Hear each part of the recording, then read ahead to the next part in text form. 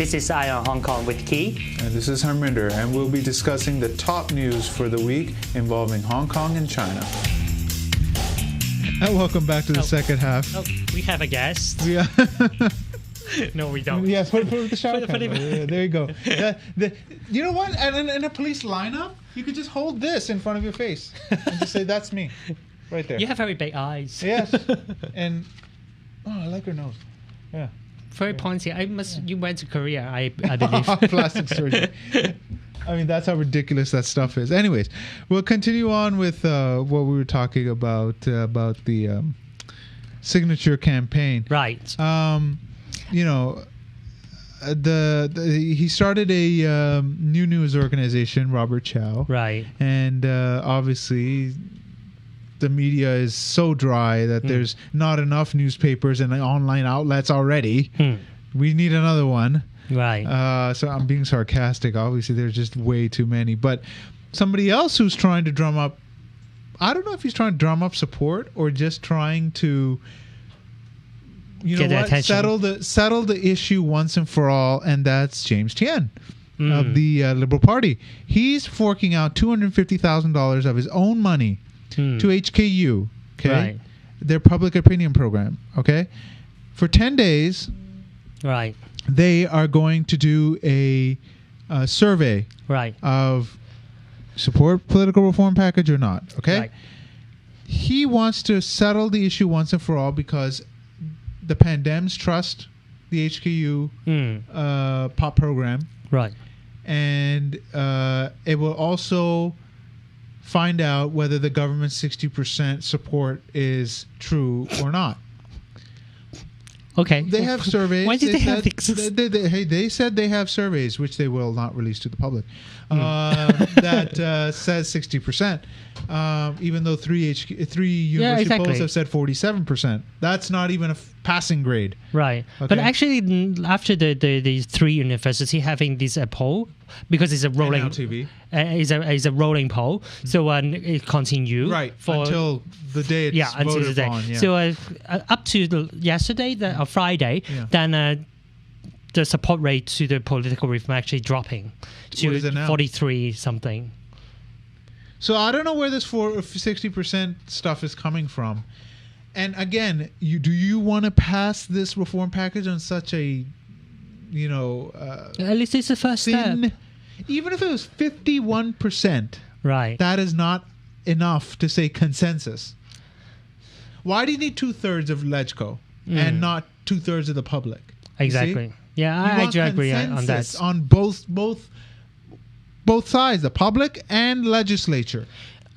I agree on that because I think now the government trying to change the language that they're using. They're not talking about consensus. They're talking about the majority. When you're talking about majority, that is more than 50. Yeah. So they only want they want to achieve 51 or something. Then they would say I'm the majority. If the Pandems were smart, which usually they're not, unfortunately. If the Pandems were smart, they would say, "We're looking for consensus, not majority."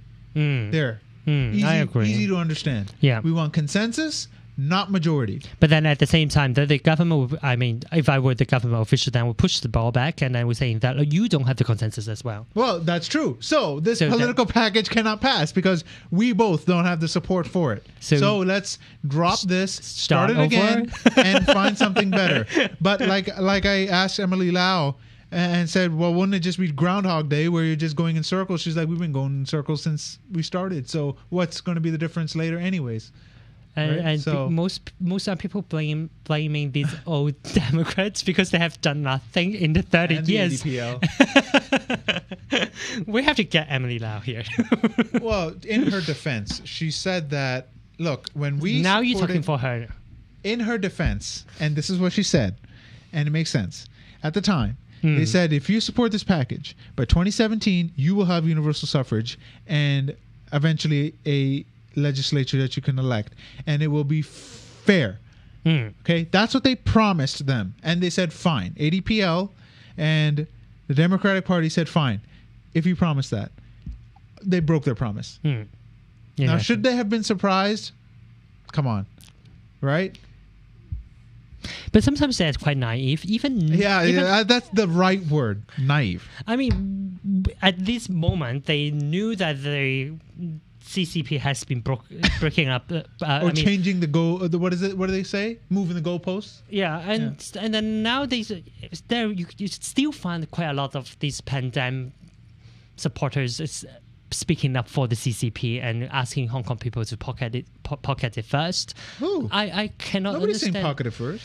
Of course, the pandemic camp. Someone's from the. You mean Tik Ji Yoon and Yes. Nelson Wong? Exactly. Okay. They're still supporting that.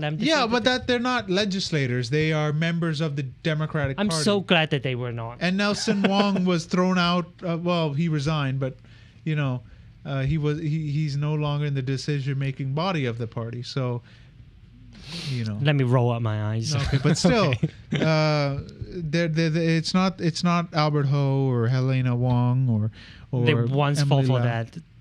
They once fell for the trap in year 2012. I don't think you know what the saying is: "Fool me once, shame on me. Shame on you. Fool me twice, shame on me." I don't think they're gonna be fooled twice. They thought that they. Well, really? I'm not skeptical, but I just look at the history and then I see they're actually very naive. Really think that they can achieve something by negotiation with the devil. Well, Ronnie Tong also says that we should negotiate, but he says he's not supporting this package. He thinks this package is garbage. Why would he support it? But he's not going to swing vote at the last minute. But he's the one that's named by Fanny Law. Yes, Fanny Law named him and run. Dennis Kwok. And Dennis Kwok? Okay. He's so old. Dennis Kwok. If I were Dennis Kwok, I would be so angry. Are you saying that I'm 40-something? Are you saying that I'm quite young. That old? Yeah. Oh, wait. Yeah, he doesn't even qualify. Of course he's not. So even in 2017, he's only 39. So he does not. He will qualify 5 years after that. I will make a very serious statement condemning Fanny Law, saying that I look that low to you. Or maybe he should better take care of his skin. Because by law you have to be 40 or above to run for chief executive. Exactly. Even that I think is ridiculous. Why do you have to be 40 and above? Age discrimination. There's the age discrimination that the government says you should not have. Yeah. Right? Oh, but apparently under 40 you're stupid. And once you hit the day you hit 40 you become smart apparently. But that's true. The older you get, the wiser you get. But still, I know a lot more 30-year-olds that are smarter than a lot of 60-year-olds. I'll tell you that. I agree. Yeah. Not all. Some. So what's the why suddenly this Fanny Law I don't know, but even Raymond Tam, the Mainland and Constitutional Affairs Secretary, said it was inappropriate for her to name them and not name others. It's just it's not. I think fair. one day before is someone else. I think is Tong Chi-Hwa also talk about the Civic Party as well, saying that Audrey Yu and Alan Leung and whether they knew that they could run for the means no. election. They said that they should know it by their hearts. So basically, that the answer is no. No. But then after a day, then Fanny Law came out and saying that Ronnie Tong and Dennis Kwok maybe they could. Why? Just because they were part of the Bar Association's delegation that went up to Beijing? Yeah. Suddenly that qualifies them? I really like the reply from Dennis Kwok, actually. Yeah. Dennis Kwok said that's exactly why we're against the proposal, because so many people behind that and they can make the decision who can run and who cannot run. Exactly. That's why we oppose this political reform. And this is not You're picking and choosing people. Yeah. Oh, you can run, you can't. You can run, you can't. You can run. See, it's all that's wrong. not rule of law. And exactly. so I think that's, I don't, even those people saying that probably Dennis Kwok will, have he's kind of a swing vote. I don't think he is. I don't think so. Ronnie Tan, well. Honestly, I do not, unless there's some major concession at the last minute, like a lowering of the threshold or a promise of the functional constituencies abolishment. No, not. That's not going to happen. But you know what they will say probably? I don't know why, but I have this feeling that they will somehow promise that the functional constituencies will be universal suffrage, which means no more corporate voting. That's it. That's going to be the only big concession that might happen. But it was still here, still there. Yes. But they're never going away.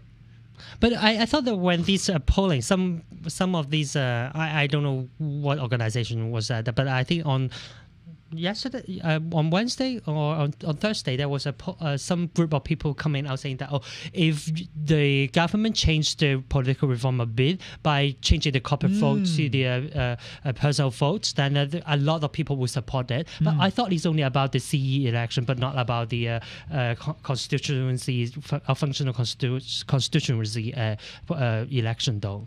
Right. So I don't think that it will happen. So. I think, I don't know why, but my gut says that's going to be a concession that might swing at least 2 votes. And that would be from maybe Ronnie Tong and maybe Frederick Fung. Yeah. But then other like Dennis Crocker or Charles Mock. Don't think so. Very unlikely. Yeah, I don't think so. Because I haven't heard them say that if you gave us some of that, we might consider it. You see, that's where I'm going with it. Frederick Fung is very open to... But I don't know why Frederick Fung hasn't learned from his past mistake. What happened when they supported the 2010 package? They got slaughtered in the LegCo elections. He's the only representative of the ADPL in there. Weren't there 3 before? Yeah. But I also, after the Occupy, and then there's a new survey about the popularity of the political parties. Most of them going up again. And they became more popular, except one party, that is People Power. Really? Yes, People Power went down. So they are actually the only one party that's going down. And all the other parties, even the one with the federal phone, and he's the 3rd one popular. So kind of surprising. I'm surprised too. Well, like I said, radical, quote unquote, radical parties have a staunch core support, but to the general public, they're still not palatable. But I still find it quite funny to call People Power radical. Like, well, you know what they do, right? I mean, throwing stuff and really getting in the face of officials and the Democratic Party. That's considered, too radical for Hong Kong's, society. I mean, if you compare other groups like so-called radical groups like Passion Times or Pacific Passion, they to me they are not even radical too. No, they're aggressive, but I don't know what they mean by radical. Of course, you can be radical about your ideas, like you're really pushing forward. League of Social Democrats, the guy threw an egg at John Jung and got 3 months in jail, 3 weeks in jail for that. Is that a radical action or? Not. No, I don't think so, because I think when you look around the world and a lot of political leaders, somebody threw it at Schwarzenegger when he was governor, and his response is, "Well, you forgot your bacon." I mean, you just brush it off. It's part of being a politician. But here, that seems like, oh my God, you threw an egg at a government official.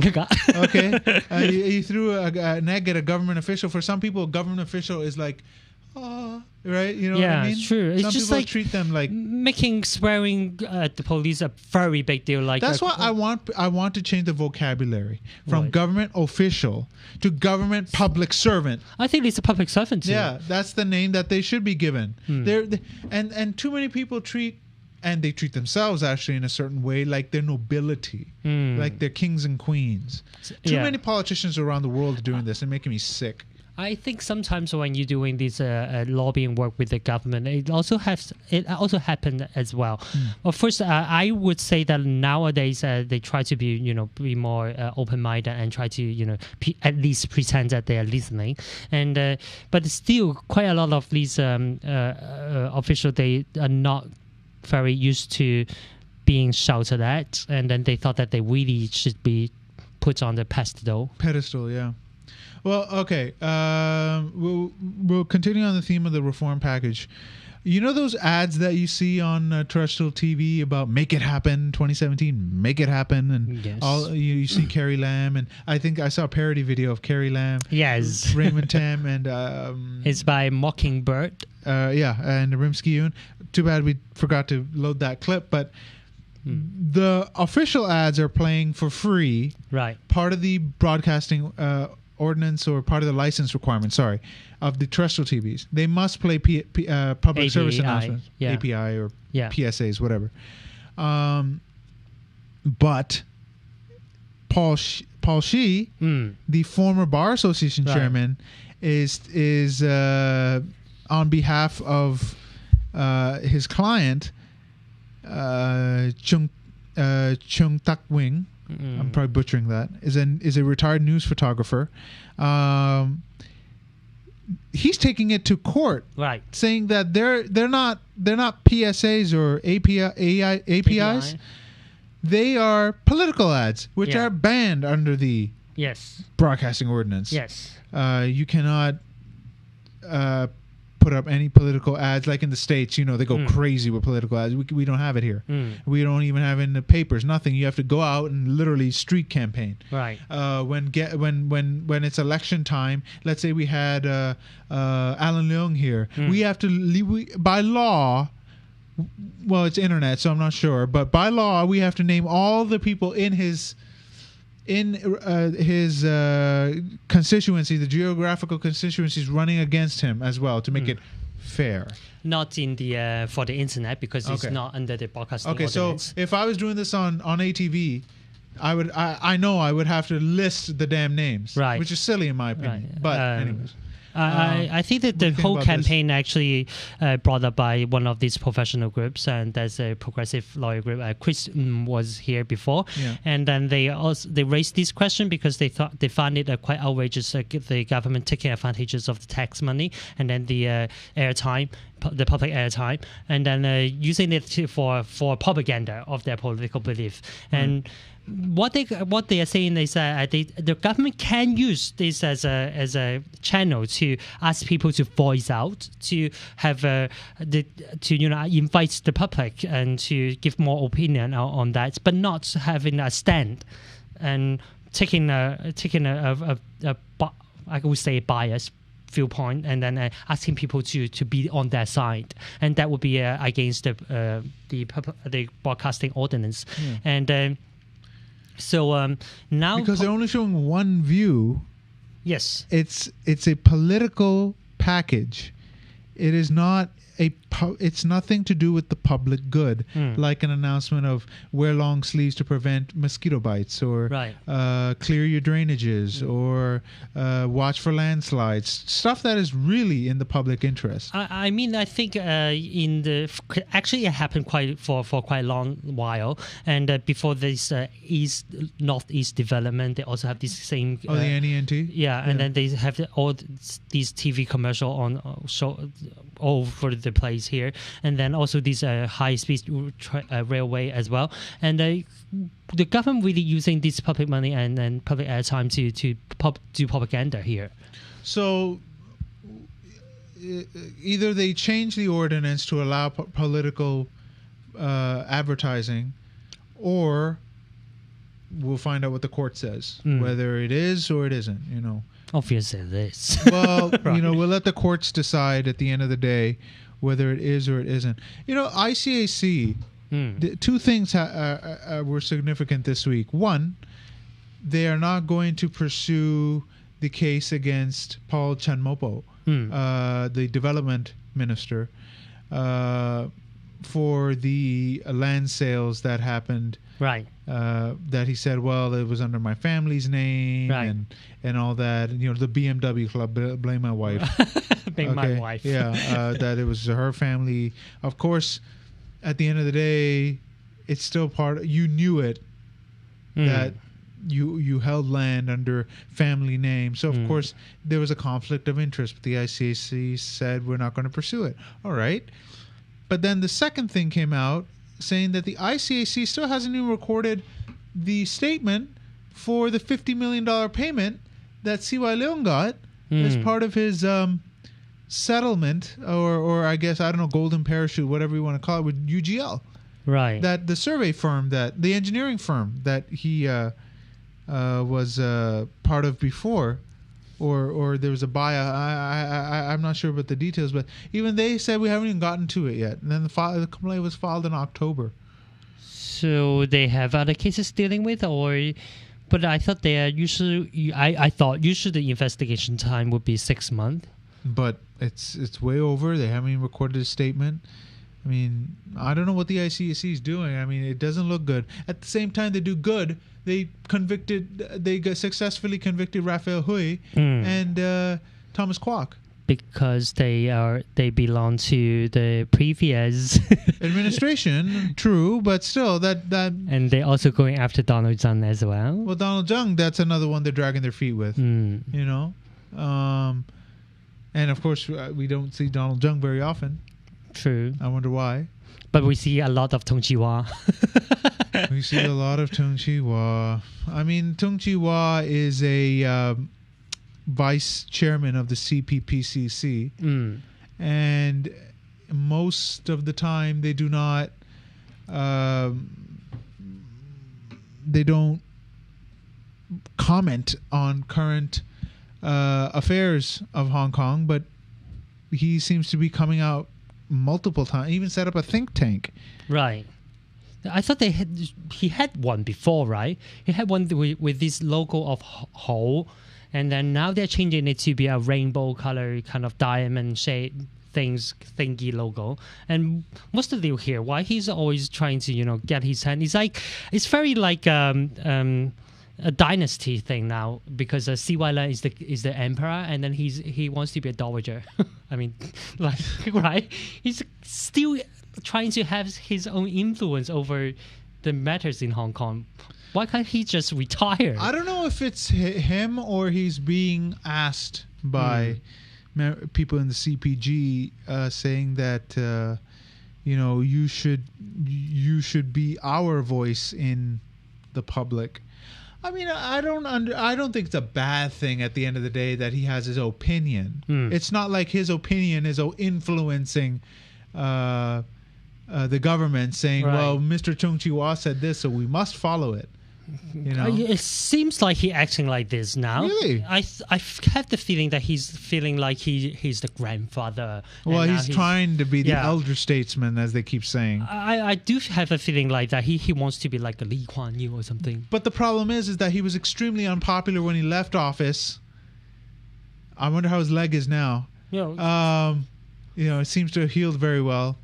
Funny you said that he doesn't realize that. Yeah, you left your office in disgrace. You were extremely unpopular. You're re-elected unopposed. Shows the wisdom of the the election committee. I think that's how shameless the current administration and the previous administration like now. Do you feel that that the Donald Tsang administration was as bad as the CY Leung, or do you think it wasn't as bad? It wasn't as bad. At least they worked with the legislature or tried. Yeah, I do think so. Donald Tsang personally met the legislators to try to work out deals. Yeah, CY Leung, it's if you don't listen to me, I don't want to even talk to you. I mean, what kind of relationship is that? It's really like a communist kind of power struggle between. Well, if you watch my interview with Emily Lau, it's like that's why they love CY, the CPGs, that he's like they don't listen to me, I smash them. There's this great communist rhetoric, and they'll love it. Yeah, it's very much like that. I think. I mean, at least Donald Trump, he was a public servant. I do feel like he will follow the procedures. But I mean, for the last few years, that after CY Leung became the CE, I do really have this feeling that it's actually he tried to break all these rules and procedures and then get his way around. He says that they follow everything strictly in accordance of the law. I mean, he said it so many times. He kept saying it. I'm quoting him word for word without even looking at any notes. Well, that's one of the reasons in accordance with the law. I'm trying to get his voice down. I don't think he's really doing anything according to the law. Yeah, well, he says he is. This is more of an economically related question. We'll end it off with this very fast. What do you think if HSBC domiciled in Hong Kong again? it will be eaten up by China. Okay. Well, that was a quick answer to that. Well, thank you for watching this week's episode. Next week, we have a guest lined up. So don't worry. We won't be boring you for an hour by ourselves. Go to our Facebook page, facebook.com/IONHK pod, as well as at Twitter, at IONHK pod. And of course, you're watching this on Mimi Hong Kong. And our audio podcast is still available on iTunes. Just search on Hong Kong, and you can rest assured that the audio podcast will only now be delayed by a few days instead of a week or two. Okay. You know, because And one last thing is Yeah. the Shame on You award. oh darn, how could I have forgotten the best award of all time? This week, which one will you nominate? Well, who would you nominate? Tong Xihua. Really? Because last week we didn't give it to him, and then he came out again. He obviously really want this award badly. That's why he came out again and asked for that. I want to give it to Junius Ho, the Oh, right. ex-Law Society chief, for his absolutely derogatory and shameless comments, like saying, "Oh, he knows that they cannot start swearing on city forum. It's not the venue for it." Okay, I agree on you. Yeah. Okay. So, Junius Ho, congratulations! You have just received the Shame on you. award, and that's my free speech to give it to you. Yes. Thank you for joining us Thank this you. week. We'll see you next week. Bye.